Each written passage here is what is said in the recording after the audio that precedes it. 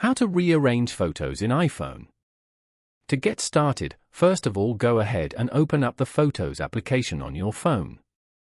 You can view all the photos and videos on your phone over here. Go to the top right corner and tap on Select. Select the photos and videos that you want and then tap on the share icon at the bottom. You can view all the sharing options available over here. Scroll down and tap on Add to Album. Here, select the album you want to add the photos to.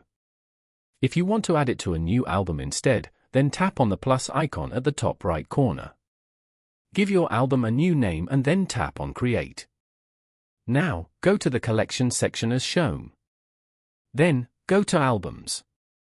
Open the album you just created and then tap on the 3 horizontal bars at the bottom left. From here, you can choose how you want to rearrange your photos.